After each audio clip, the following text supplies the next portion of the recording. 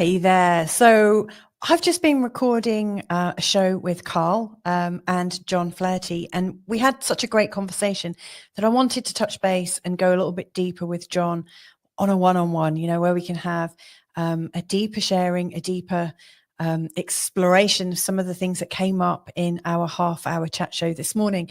There were some amazing things. John, as you might know, was a Catholic priest. That's how he started his career. And he's worked in the fields of coaching, like really high level coaching with people with AIDS and HIV, offering support to people with addictions, and really helping people get into a deeper uncovering of who they are. So it's with this in mind that I bring John back on for a much deeper dive, so that if you find yourself in a moment of not knowing who you are, hopefully some of this could be quite useful. So let's bring John on now. It just feels like a moment ago that we were last talking. Oh, doesn't time fly? It does. Thanks so much for agreeing to have a deeper dive. I was really taken by something you said in this morning's show where you were talking about how people can uncover their inner knowing and have permission to be themselves. And it struck me. I really felt it here in my heart. And I just wanted to be able to talk about that. Like, how did you come to realize that? Like, did it happen in your early career as a Catholic priest? Did it happen a bit later on when you were learning this? I don't know. Let's just open up the conversation, see where it goes. So what are your thoughts about uncovering the inner knowing and maybe why it needs to happen or could happen? Yeah. Okay. So uncovering, to uncover, it's a different word altogether to recover, isn't it? Wow. First of all, I mean, recover is used such a lot, isn't it, when we talk about addictions? And you just mentioned them there, of course, which has been a big part of my life, but working with those in addiction. And often that's talked about as an addiction recovery. My own preference actually is to use the word discovery, because it's far more than just, recovering, but it's entering a completely new experience of oneself. And that's got to be more like discover. But to use your other word of uncover, well, that's not a bad word to use either. But they can all have different meanings. And I do think they come to us at different times. For example, if you think of uncovering, it's a bit like a dog looking for its bone. It knows it's there somewhere. It knows exactly, in a sense, where it may have left it, and it'll dig around a little bit. Then suddenly it'll get the hint straight at it, and there we are, got where I left behind. And we can do a lot of things like that in our own life. We can uncover things that we kind of knew they were there, but we were happy enough to leave them alone, undisturbed, unless we really wanted to go there. And then we probably do that in secret, like a dog does, so that nobody else gets to find out. And away you go. And then dogs are satisfied, etc. So a lot of uncovering. We do tend to do that as a very personal thing, without making a big deal of it. And I think I've learned, certainly going through addictions, they do most of their addictive behaviors in secret, and they do a lot of their uncovering of things in secret, but it can leave them with considerable anxiety if they have uncovered enough about themselves that they really don't want to have too much actually laid bare, right? We can get a little bit frightened about things that maybe we haven't been able to deal with adequately in the past. So there's an uncovering that we can do with more care, more gently, when it's assisted, I believe, and when there's no judgment involved. So my role with people in addictions has certainly been to be that person that certainly has no criticism or judgment or even expectation of where they've been or where they think they want to move into in their lives, but to take them at face value, so to speak, and help to move through whatever fear of an uncovering may be theirs if they were to discover in the process so much more about themselves.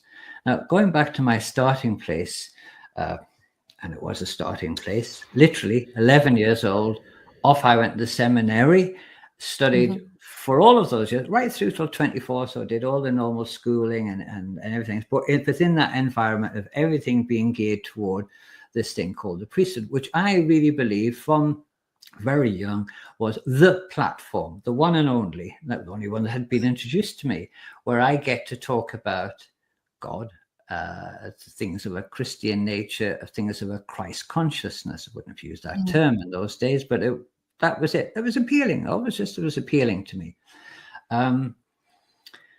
Now, I'm not in that role. I don't miss that role. I never even think of myself as being in that role. It's as if a whole uncovering again had to take place for another discovery of this person called John Flaherty could even take place. So it was a stage in my life. And I do believe we're all the time going through transitionary stages. We can uncover, we can recover, and hopefully it doesn't take a lifetime over it. Some people think it has to. I personally, in my many experiences, realize, of course, it doesn't. And therefore, it can be a constant discovering of so much more about ourselves. But there's got to be a certain amount of readiness. And sometimes we are pushed into it, shocked into it. In the show that we were speaking in earlier, we talked about, it was a title that you'd actually given to me to discuss. And it was something along the lines of, how do we find grace? Well, it's a little on those same lines. How do we, first of all, what do we mean by grace? It's a word I don't use a lot. There are many different uses for it.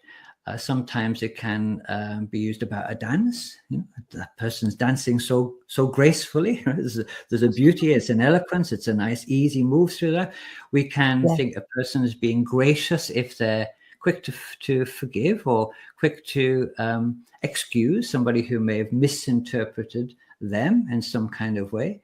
We can use grace before a meal, a thanks for the fact that you've got food on a table and people perhaps to share it with. But what is that thing called grace? If I had to look at it, it's something that usually comes from the outer in, or maybe it's even from the inner and it comes even forth. So maybe that is a form of uncovering. It really just comes forth. It becomes present. It becomes a new dawning, a new reality. And I don't think we can actually prepare for that. I don't think it's something that we can necessarily bring on by wishful thinking. It's something that comes to us when the divine, when the source of life that sources everything knows we require it. And for me, it definitely came about when it was time to not only go into what I thought was going to be my lifetime journey in the Catholic priesthood, but also what became very apparent to me was when to actually let that guise, if you like, that persona, that role go, and make sure that what I was able to take from it was everything good and everything useful that I gained from it, but definitely leave behind anything also at the same time that maybe hadn't been in my best interest or hadn't served me well. I think that in the sense is an ongoing process, an ongoing experience we can have through life, all of the time emptying out and bringing in the new. You talked about your TV show, A New Reality, right? I love the sound of that. Are people ready for it? Some are, some aren't. I'm very ready for it, but I've always been ready for it. And it will be whatever it is as it shows up. But I too have to show up for it at the same time. So it's a kind of a meeting. The invitation that comes from was that, and the readiness to go and meet it and not be frightened of uncovering what we find. That is such a deep and wonderful answer. And there's so many threads that I've kind of made my usual like spiral notes about. One of the things I really picked up on, and you didn't mention it explicitly, but the idea of shame, because, why would we cover things up? Why would we cover our habits up? Why would we there are behaviors that some people cover and do in secrecy, for instance, extramarital affairs, when they've got, they're having, when they're addicted to something, maybe if they're changing their jobs or they've lost a job, there's always different reasons why people might go into secret Of course. incognito, and we're sort of covering ourselves up. So I love that. I loved how you linked the words together, uncover, discover, and recover. I love that. That's so good. And the idea that there's a time when there's a readiness, and for some people that might happen many times in their lifetime. They might be ready for the next step, and for some it might not be part of their necessary process. The thing that really struck me actually was that you were already assigned a role. It sounded, that's how it sounded to me, at age 11 to 24. That sounds very intense. Did you it's crazy. It's crazy. Did you know that you were going to do that, or is that more like a family pattern? Did you come from a religious background? There was a religious background, in fact, that, in the sense that all practice that religion, which happens to be of the Catholic, the Catholic religion, the Catholic indoctrination, the Catholic process, again, isn't it, of how to do life, how to do that connection with God, how to do that connection with other people. It was the way introduced to me from very young. So I didn't question any of that. And that's the problem. That's one of the big problems I found the more I went through the years of living within that religiosity, living within the framework of Catholic and of church, because there's a high expectation that you do just accept once you've committed to and keep going without questioning. Now, I can't do that anymore. I wasn't very good at it then, and I'm certainly not very good at it now. In fact, I've had to deliberately question everything. And we don't have our own children, and Louisa and I, we've been married this length of time. It is one of the things that we realized, gosh, in a sense, giving so much of our years to all that went before. And then guess what? Although it was wonderful to actually accept each other into our lives, and we've never looked back on that, it has really been a great union, and hopefully it will continue for a lot longer to come. But we've always been blessed, in fact, of having other children to some extent in our lives. And Louisa's done a lot of work with children in her own career, but we've had nephews and nieces who now have their children too, and they've brought terrific wisdom into my life personally, all about those things of, well, why not question? My niece Katie, she has two lovely children. I've mentioned them in the different books I've written over time, because they have brought new dawnings, new realization to my life over and over and over again, because they are very ready and very primed for a new reality, very much so. They are children who've come into this world ready for things that I certainly wasn't ready for when I was their age, and I'm talking about 11 just before. Well, one of them is 8, just turned 8. The other is 15, Aiden 15, little Molliana is 8, and they're a joy and a pleasure. Their schooling is through Steiner School. They go to a Rudolf Steiner School. It's got many, many, many good qualities about it. Mummy did think very carefully, homeschooling was definitely an option, one that she would have, in many respects, would have liked to have pursued. They do got the Steiner School. They've got a lot from it, especially their early years. It's the most beautiful introduction to school that there could be, so much better than I ever experienced, in the sense that it's just so loving, so understanding, so welcoming of the child age of the not rushing them to get straight into study and complicated things, but really making sure that their playfulness, their freedom, and their individuality is absolutely respected. I love that about the Rudolf Steiner approach. Now, having said that, when they go out to school in the mornings, they'll often hear from me, if they come and say a little hello before they go off, I will sometimes say, okay, guys, off you go to prison. Make the best of it. Don't forget, question everything. Don't believe the word they tell you. And, if they give you an exam, remember, it's just a piece of paper at the end of the day. Make of it what you will. And remember, above all, you're perfect just the way you are. Go have fun and come back quickly, and let's get on with life then. I love that. they'll just do something like oh, Uncle John, okay. But they know where I'm coming from. Now, Yeah. I've had to find, they laugh and where they go. And they do come back and they have experience like that. And they do question everything. And it's wonderful. I wasn't introduced to that. You don't get to question things when you sign up to that way of life. And it's so foolish. We are at the point where we need to be questioning everything. Now, tying that up with the secretness and the shame that you just mentioned earlier, that often is part of an addictive behavior. This is what I've observed as the years have gone on. Most people, and alcohol probably is the best example of it and its uses. Most alcoholics, as they're sometimes described, aren't people that, tear the bar up and are the life and soul of the place and, are an absolute nuisance to everybody because of the amount they're consuming in public. It can be like that. But you know what? Most often, those who are finding alcohol as their sustenance, their dependence, are far more likely to do it in secret. So that if they want to binge on it, well, they'll do it in the shortest possible time, or to the maximum, and preferably without anybody else getting to know about it, right? Because they would not like, who does like to be carrying shame or feel ashamed or embarrassed by any of those? We do naturally keep things covered.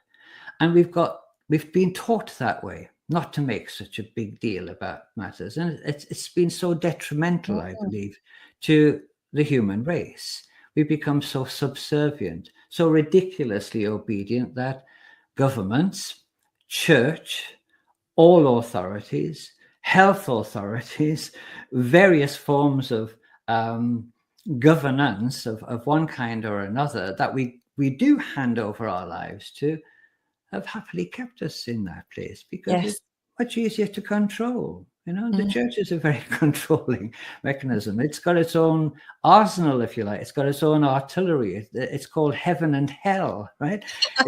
It's the whole process of keeping you in fear. You don't get to question. And if you do, make sure that you're giving the right answers, the ones that are accepted. And be good, whatever that is, And if you are good, you will get this thing called more grace. And then you might be liked, and then you might be accepted, and then you'll be on the side of God. Well, that goes completely against what I've just spoken earlier, because I know for sure that the God I know is just the source of life that's sourcing everything. It's breathing me, and it's breathing you, and it's breathing anybody listening to this without us having to do a thing about it. It's lifing you. It's a constant lifing of you. I love that. It's lifing you. I just want to ask your permission. Can we use it on our show? Yeah, go ahead. Yeah, it's lifing you because life is like you. That is just perfect. Your answers are so profound. They hit on so many different layers. When I was asking you about, how you were kind of put into the seminaries and me just saying put into almost assumes that you were kind of locked up, and forgive me for saying that, but 11 to 24, you were talking about your the children in your family. We've got a 6-year-old, a 9-year-old, and a 13-year-old. I couldn't imagine my 9 or 13-year-old being signed off to a particular way of study and a profession. No, I get, yeah. In that way. And when I think about the changes that children go through, they're immense, aren't they? They are evolving in real time. I love the fact that there's Steiner schools involved. I know a little bit about Steiner schools and absolutely love their ethos and the freedom that they're encouraging in the children and in the teaching, to make it dynamic as it is. And I also really resonated when you were talking about, the sort of more secretive people who might have a drinking issue, people that don't want to make a big fuss. There are lots of people who maybe don't feel like they can cope with life. Maybe they've been covering up their discontent for some time or covering up their self-doubt, their feeling of not knowing who they are, those big questions. And so in that covering up of everything, they don't make a big fuss, because if you make a big fuss, then all of a sudden people need to know your business, and you need to open yourself up and be totally vulnerable. Now, the bit that I really would love to sort of draw down, seeing as children have come into this conversation, would be, how can we raise children in such a way that they don't need to go for, say, 30, 40, 50, 60 years of covering themselves up? Like, how can we raise children to naturally know that if they have doubts about themselves, you know, there are certain things that they can do to help? Like, how can we raise children to be confident? Or like, how can we help life children in a way that's great and that will have them thriving? What are your thoughts? Well, again, if you don't mind, I'll just take that in a few different pieces, because you've given me in that form, in a sense, to go back to me and in the seminary. It's unthinkable to you with your children that parents would even say, okay, off you go. But remembering at that time, in that era, you know, I'm in my 60s now, but so, and my parents are both, you know, passed away. But their whole thing was, well, if I was not going to follow in the footsteps of my father, who was a shipyard worker, builder of ships on the Tyne, right, in Newcastle in England, then if you were to do something more professional, what would it be? Well, basically, the only things that seem to occur would be, well, you'd either go into the priesthood, right, or you might be a doctor. Okay, they were the two kind of professions that were thought to be so much different. There'll have been a mentality of that, and as I say, my family background was very, very much entrenched in the Catholicity of the whole thing. So that would have been a natural thing. Now, I know as time went on that my mother did actually have considerable disturbance, right, about the fact that she did, you know, let her son go off and into that world of life, because, you know, she also was meeting new realities as she went, as we all do at different stages, and we begin to question, was that so great? You know, was that so important? Didn't we? Of course, we missed our child, but they saw it as such a sacrifice, right? So it's a mentality, isn't it? For myself, no, it wasn't like being, I'm sure they were proud of you as well. Yes, there would definitely been that, absolutely. And there's a certain kind of, you know, thing that goes with that. Oh, you've got a son who's going to train to be a Catholic priest. It's a strange mentality, but there is that. And there's an odd thing too, which I know I've had to look at a lot, not only with myself, but with the people I currently assist with, is this mother-son relationship. Because in the Catholic Church, there's an enormous emphasis on the mother archetype, you know, Mother Mary, right? Yeah. The mother of the church. You know, there are all kinds of connections and peculiarities that go with that in the mindset of people. So that's one kind of that you just touched on there that I've learned from. So okay, I get that, and so I've had to move through that. I've made a different sense of that. But in the time, of course, you don't take all of that on. You see, no, is this okay? Actually, life there was full of fun, lots of football, loads of sport, loads of good company, lots of great things going about it in the early years. And then after that, study. There's a thing called theology. Well, the most ridiculous thing in the world, I would say now, because theology simply means a study about God. Well, you don't need to study about God, because God's just lifing you, right? Yes. Okay. You know, we do daft things, but at the time we don't question them. So moving on from that, how does a parent more consciously parent their children now? Because we're at a different time. And people aren't as wrapped up in things of religion or church or how their son or daughter should progress through different things. And you're at that point yourself. And I do believe a large part of it is making sure that whatever we thought was best for our child is not necessarily best for our child. If it worked for a parent, it doesn't necessarily, and isn't going to necessarily work for their offspring.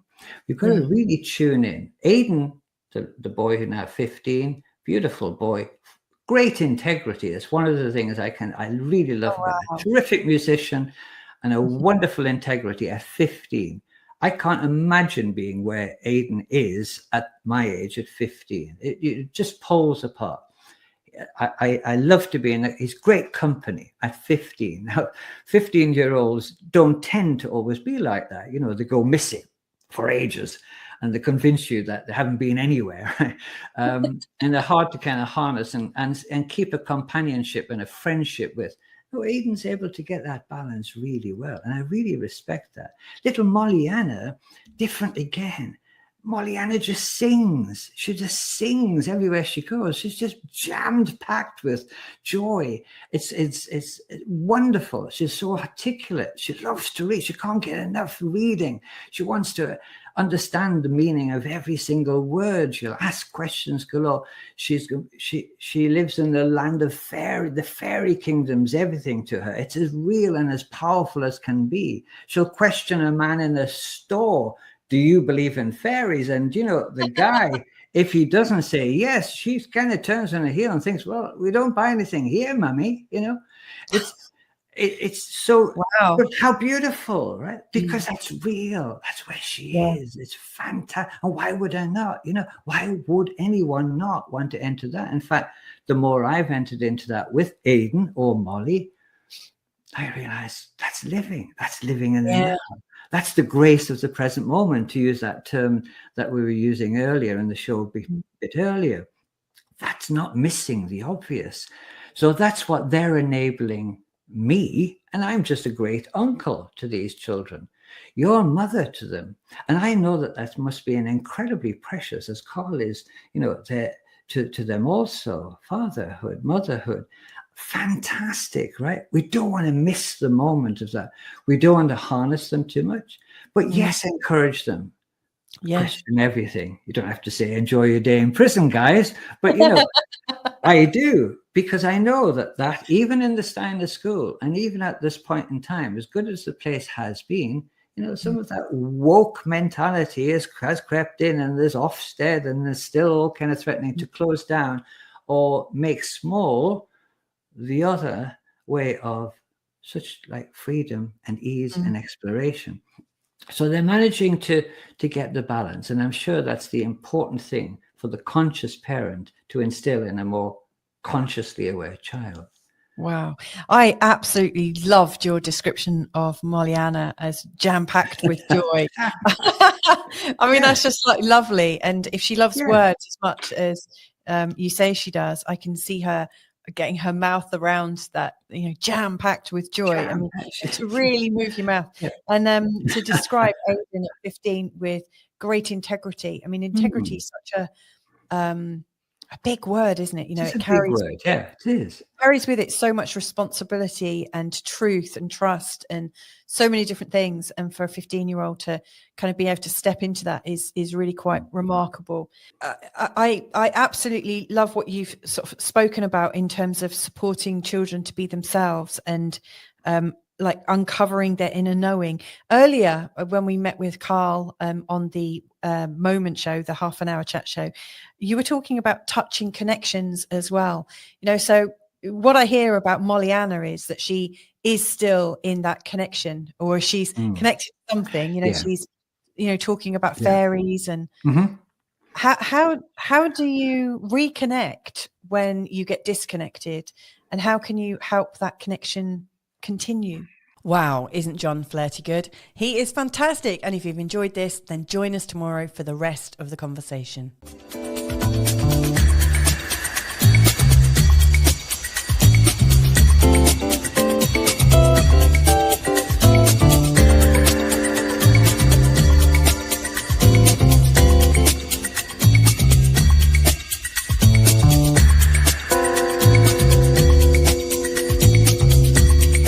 Need a daily reset? Join us, Carl and Louisa Munson, for The Moment, your space to pause, reflect and recharge. Live every weekday, we dive into consciousness, chat with fascinating guests and share real techniques to help you relax and step into your best self. So come join the conversation, because the present moment is where the magic happens.